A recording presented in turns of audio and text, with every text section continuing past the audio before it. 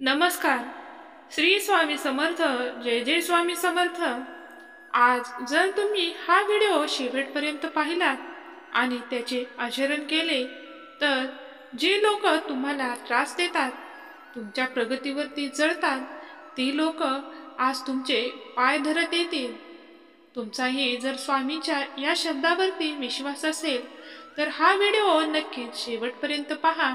आणि तुम्ही जर आपल्या चॅनेलवर नवीन असाल तर नक्की चॅनेल सबस्क्राईब करा. स्वामी तुम्हाला म्हणत आहेत की बाळा, जर एखादी व्यक्ती तुम्हाला जाणून बुजून इग्नोर करते, तुमच्याकडे लक्ष देत नाही, तुमच्या असण्याचा किंवा नसण्याचा त्यांना काहीच फरक पडत नाही, तर नेमके त्यावेळी काय करायचे? त्यांच्या वागण्यामुळे तुम्हाला किती त्रास होतो याचे त्या व्यक्तीला काहीच पडलेले नसते. त्यावेळेस त्या व्यक्तीसोबत कशा पद्धतीने वागायचे, आपण कसे वर्तन ठेवायचे? जर ती व्यक्ती तुम्हाला इग्नोर करत असेल तरीही तुम्ही त्याला भाव देत असाल किंवा तुम्ही त्याला सतत विचारताय, काय झाले, तू माझ्याशी का बोलत नाही, माझे काय चुकले?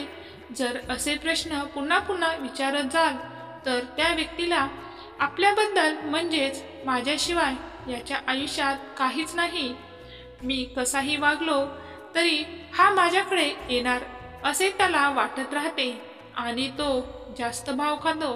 म्हणून तुम्ही त्याला जास्त भाव देणे प्रथम बंद करा.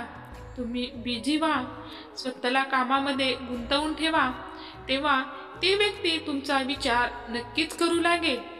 हा आपल्याला काहीच विचारत नाही, विसरून गेला का? असे केल्याने तीच व्यक्ती तुम्हाला किंमत देईल आणि तुमच्या मागे लागेल. आपली किंमत आपणच वाढवायची आहे. त्या व्यक्तीला दाखवून द्या की मी तुमच्यापेक्षा खूप कामात असतो, तुझ्यामुळे माझे काही अडत नाही. अशा व्यक्तीकडे अचानक दुर्लक्ष करणे आपल्याला शक्य होत नाही, पण आपल्या भल्यासाठी करावेच लागेल. तुमच्याही आयुष्यात जर अशी काही लोक असेल ज्यापासून तुम्हाला त्रास होत असेल तर स्वामींना सांगा, स्वामी मला अशा स्वार्थी लोकांपासून दूर ठेवा आणि माझे रक्षण करा. जे लोक तुम्हाला किंमत देत नसेल तर स्वतःमध्ये बदल हा घडवावाच लागेल आणि हा बदल तुमच्या नेहमी हिताचाच असतो. हे सगळे तेव्हा शक्य आहे जेव्हा तुम्ही स्वतःला व्यस्त ठेवाल. तुम्ही तुमची किंमत कमी करून घेऊ नका. तू कुठे होतास, मला का सांगितले नाही, मला विचारले का नाही, असे प्रश्न विचारून तुम्ही त्याला जास्त भाव अजिबात देऊ नका. त्याच्या वैयक्तिक जीवनात जास्त ढवळाढवळ करू नका, यामुळेही ते तुम्हाला जास्त इग्नोर करत असतात. जर एखादी गोष्ट त्याला आवडत नसेल तर ती करू नका. तुम्ही परिस्थितीनुसार तुमचे वर्तन ठेवा. तुमच्याशिवाय मी जगू शकत नाही, तुझ्याशिवाय माझ्या आयुष्यात काहीच अर्थ नाही, असे बोलणे प्रथम बंद करा. यासाठी तुम्ही तुमच्यामध्ये बदल करा, स्वतःला महत्त्व द्या, तेव्हा समोरची व्यक्ती तुम्हालाही महत्त्व देईल. स्वतःमध्ये बदल घडवा. आपण कुठे चुकतो, आपण काय केले पाहिजे यावर पहिले काम करा आणि तुमच्या चुका दुरुस्त करा. तुम्ही स्वतःला डेव्हलप करा. ज्या गोष्टी केल्याने तुम्हाला आनंद मिळतो त्या गोष्टी नक्की करा आणि आनंदी राहा. स्वतःच्या आवडीनिवडी जोपासा, त्यामध्ये तुमचा वेळ घालवा. तुमचं व्यक्तिमत्व भारदस्त बनवण्याचा प्रयत्न करा. तुम्ही दुसऱ्याचे नाही तर तुमचे दुसऱ्याने आचरण केले पाहिजे एवढे परफेक्ट स्वतःला बनवा. आणि तुमची तशी इच्छा असेल तर स्वामी आई मला सक्षम बनव अशी कमेंट करा.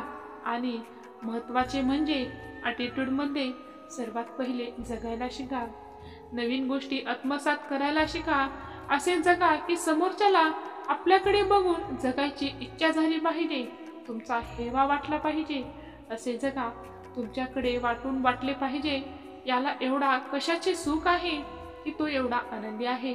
एवढे स्वतःला आनंदी आणि खुश ठेवण्याचा प्रयत्न करा. यासाठी स्वभावामध्ये बदल करणे मात्र फार महत्त्वाचे आहे.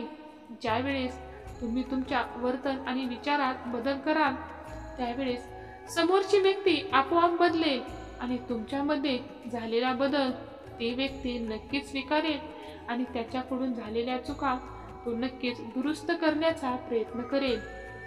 तुम्हाला जर वाटत असेल की स्वामी तुमच्यावरती लक्ष ठेवून यापासून दूर ठेवतील, जर त्याला गरज असेल तर तो व्यक्ती त्याच्याकडून तुमच्यासोबत असलेले नाते टिकवण्याचा नक्कीच प्रयत्न करेल.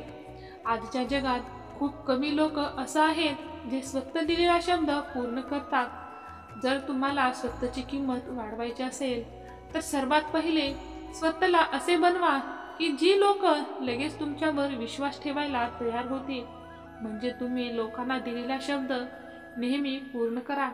तुम्ही जर एखाद्याला शब्द दिला असेल तर ती गोष्ट तुम्ही पूर्ण केलीच पाहिजे. अशा व्यक्तींना लोक खूपच महत्त्व देतात व त्याचा आदरही करतात. जी लोक स्वतःला स्वच्छ आणि फिट ठेवतात त्यांच्याकडे लोक वेगळ्याच नजरेने बघतात. म्हणून सगळ्यात आधी आपल्या व्यक्तिमत्वात सुधारणा घडवून आणण्याचा प्रयत्न करा. नेहमी चांगले कपडे घालून स्वतःला प्रेझेंट ठेवा. तुम्ही कितीही ज्ञानी असले तरीही सगळ्यात आधी लोक तुम्हाला डोक्यावरून पायापर्यंत बघत असतात. आणि जर आपला पेहरावच चांगला नसेल तर लोक दुर्लक्षच करतात आणि मग कोणीच तुमची रिस्पेक्ट करत नाही. तुम्हालाही जर लोक यांच्यापासून असा अनुभव येत असेल तर स्वामींना प्रार्थना करा की स्वामी मला तशी बुद्धी द्या की मी कार्यक्षम बनेल आणि योग्य होईल. आपली कमजोरी कोणालाच सांगू नका. एक मजबूत माणूस तोच असतो जो आपल्या आयुष्यात आलेले दुःख एकटं सहन करत असतो, पण आपल्या आयुष्यातले सर्व सुख तो इतरांसोबत वाटून त्यामध्ये सगळ्यांना सहभागी करून घेतो. अशी व्यक्ती खरोखरच मान सन्मान देण्याच्या लायक असते, कारण हा एक खास गुण आहे जो सगळ्यामध्येच नसतो. आजकालची लोक दुसऱ्यामध्ये फक्त एखादी कमजोरी शोधत असतात की आपण त्याची कमजोरी पकडू आणि सगळ्यासमोर त्याला बेइज्जत करू, त्याची खिल्ली उडवू. आपल्या आजूबाजूला असेच लोक असतात. त्यामुळे आपण हे लक्षात ठेवले पाहिजे की आपली जी काही कमजोरी आहे ती कधीच कोणालाच कळता कामा नये.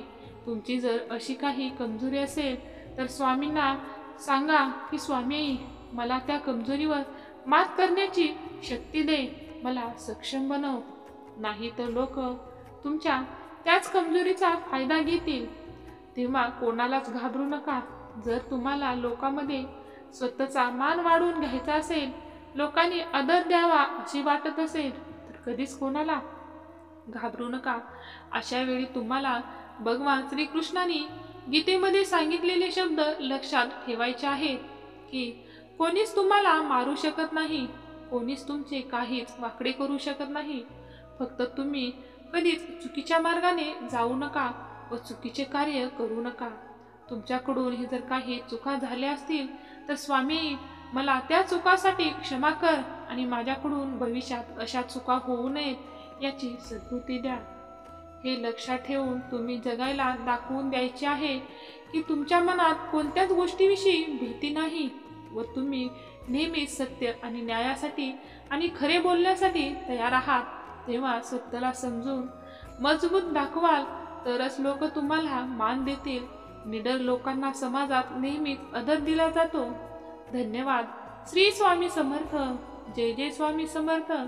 तुम्ही हा व्हिडिओ शेवटपर्यंत पाहिल्याबद्दल तुमचे खूप खूप आभार. तुम्ही आणखीही आपल्या चॅनेलला सबस्क्राईब नसेल केलं तर आत्ताच करून घ्या, ही नम्र विनंती.